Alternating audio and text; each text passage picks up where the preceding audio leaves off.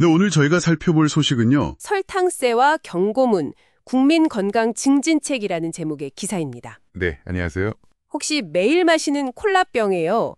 담뱃값처럼 이래도 드시겠습니까? 이런 경고문이 붙는다면 어떨까? 이런 상상 해보신 적 있으세요?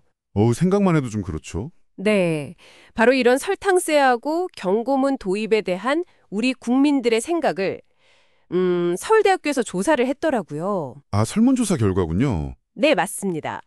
오늘 이 자료를 통해서 그 결과가 어떻고 또 어떤 의미가 있는지 좀 자세히 살펴보겠습니다. 과연 우리 사회가 이런 변화에 얼마나 열려 있을까요? 네, 상당히 흥미로운 주제인데요.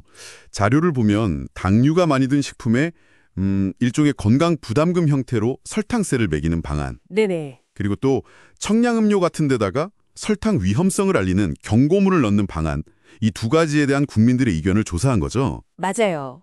구체적인 수치도 중요하지만 그 안에 담긴 어떤 기대나 인식을 읽는 게 중요해 보입니다. 네, 먼저 설탕세에 대한 여론부터 한번 볼까요? 기사를 보니까 국민 1000명 중에 58.9%. 아, 꽤 높네요. 그렇죠. 거의 10명 중 6명 가까이가 이 설탕세 부과에 찬성을 한다고 해요. 생각보다 높은 수치 아닌가요? 네, 저도 그 정도일 줄은 몰랐는데 상당히 높은 지지율이죠.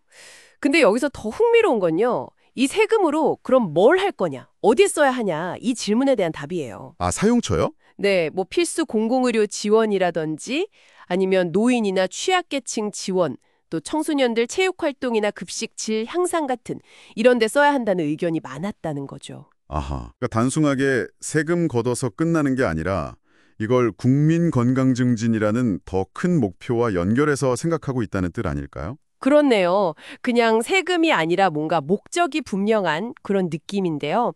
그리고 실제로 이게 효과가 있을 거냐 이런 기대감도 나타났어요. 응답자의 64.1%가 국민 건강 개선에 효과가 있을 거다. 오, 그것도 높네요. 네, 그리고 58.0%는 첨가당 제품 생산이나 공급이 줄어드는 효과가 있을 거다. 이렇게 기대를 하더라고요. 그러니까 소비자들이 덜 사 먹는 효과뿐만 아니라 아예 만드는 회사들한테도 영향을 줄 거라는 거죠. 네, 맞아요. 생산 단계까지요. 네. 가격이 오르면 아무래도 기업들도 당 함량을 줄이거나 다른 대체제를 개발하거나 이런 변화를 좀 보이지 않겠냐 이런 기대가 담겨 있는 것 같습니다. 그럼 다음으로 경고문 도입에 대한 의견은 어땠을까요? 이건 설탕세보다 훨씬 더 압도적이던데요. 아, 정말요? 얼마나 높았는데요? 무려 82.3%가 청량음료 제품의 설탕 함량이랑 그 위험성에 대한 경고문을 넣는데 찬성했어요. 10명 중 8명 이상인 거죠. 와, 82.3%요? 그건 정말 대단히 높은 수치네요. 거의 사회적 합의 수준인데요. 네, 그렇죠. 그럼 이 경고문이 어떤 효과를 가져올 거라고 봤을까요? 그것도 궁금한데요. 네, 그것도 조사를 했는데요. 가장 높게 기대한 효과는 소비자에게 설탕 위험을 제대로 알리는 효과, 이게 81.1%였고요. 아, 정보 제공 효과. 네, 그 다음이 기업들이 설탕 줄인 제품이나 대체제를 만들도록 유도하는 효과, 이게 77.1%. 이것도 생산 쪽 변화를 기대하는 거네요. 맞아요. 그리고 국민 건강 개선 효과가 72.1%, 청량 음료 구매 감소 효과가 63.4% 순서였습니다. 순서를 보면 재밌네요. 일단 정보를 줘서 소비자들이 알게 하고 그걸 통해서 기업들도 좀 바뀌고 결과적으로 건강에 좋아지길 바란다. 이런 흐름인 것 같아요. 네, 그런 것 같습니다.